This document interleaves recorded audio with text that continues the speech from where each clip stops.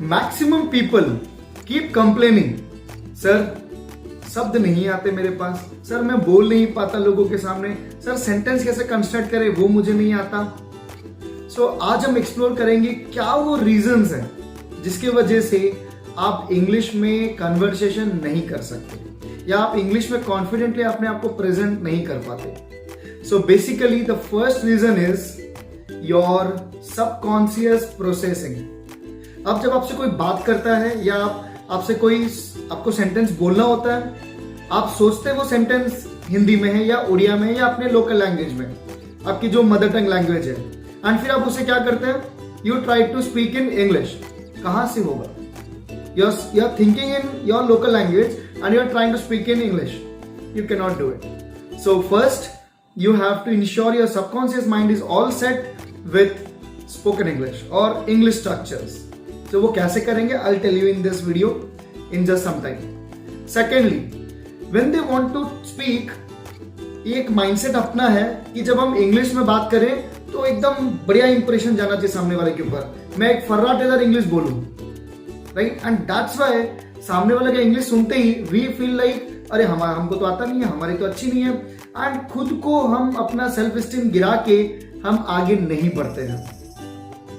And यही reasons, basic दो reason जिसकी वजह से लोग बोलते ही नहीं है। सो आज मैं आपको क्विक कुछ सॉल्यूशंस दूंगा that is going to help you a lot in making your English very very powerful. If we talk about the solution now, let us first explore spoken English has got 4 pillars.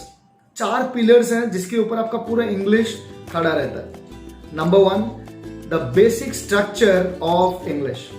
देखिए, जब आप हिंदी या उड़िया या कोई भी language में बात करते हैं, लोकल लैंग्वेज में, उसमें से जब आप इंग्लिश में आते हैं ना, थोड़ा स्ट्रक्चर का चेंज है, वो स्ट्रक्चर समझना बहुत जरूरी है। अगर आप वो स्ट्रक्चर समझ गए then you will have a grip on your English, right? So first is structure. Second, subject verb agreement. मतलब आपके एक सेंटेंस में 2 मुख्य चीजें होती है, एक होता है कर्ता और एक क्रिया, यानी काम और अपना जो कर्ता जो काम को कर रहा है। सो इनके बीच में कुछ एक अग्रीमेंट होता है जो आपको इंग्लिश में समझना है, आपको थोड़ा सा वो प्रैक्टिस करना है, and you will see you have mastered around 40 to 50% of your spoken English. Third is preposition, right? अब प्रीपोजिशन क्या है? जब आप बोलते हैं Ram is going to school, the baby is on the bed, तो ये जो ऑन, टू, ये सब लगता है ये प्रीपोजिशंस है।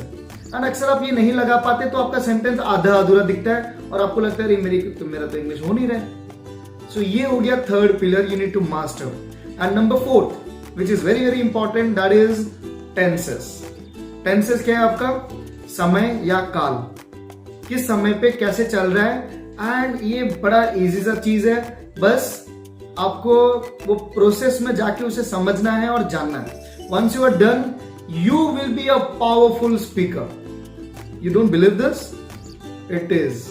And I have trained around more than 1,000 of students, those who were from zero, जिनको इंग्लिश बिल्कुल नहीं आती थी, and now they are like, sir मुझे पूरी इंग्लिश समझ में आती है and I am also speaking, right? And जो जितना ज्यादा प्रैक्टिस कर रहा है, he is becoming more fluent in that domain.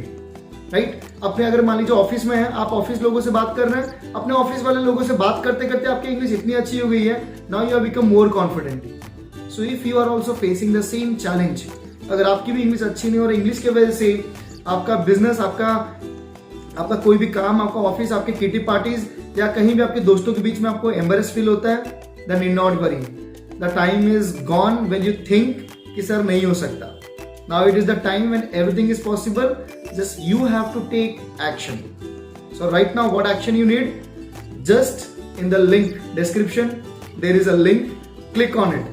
You will get all the details of spoken English, the materials, the content, how it is being done, and you are just going to master spoken English.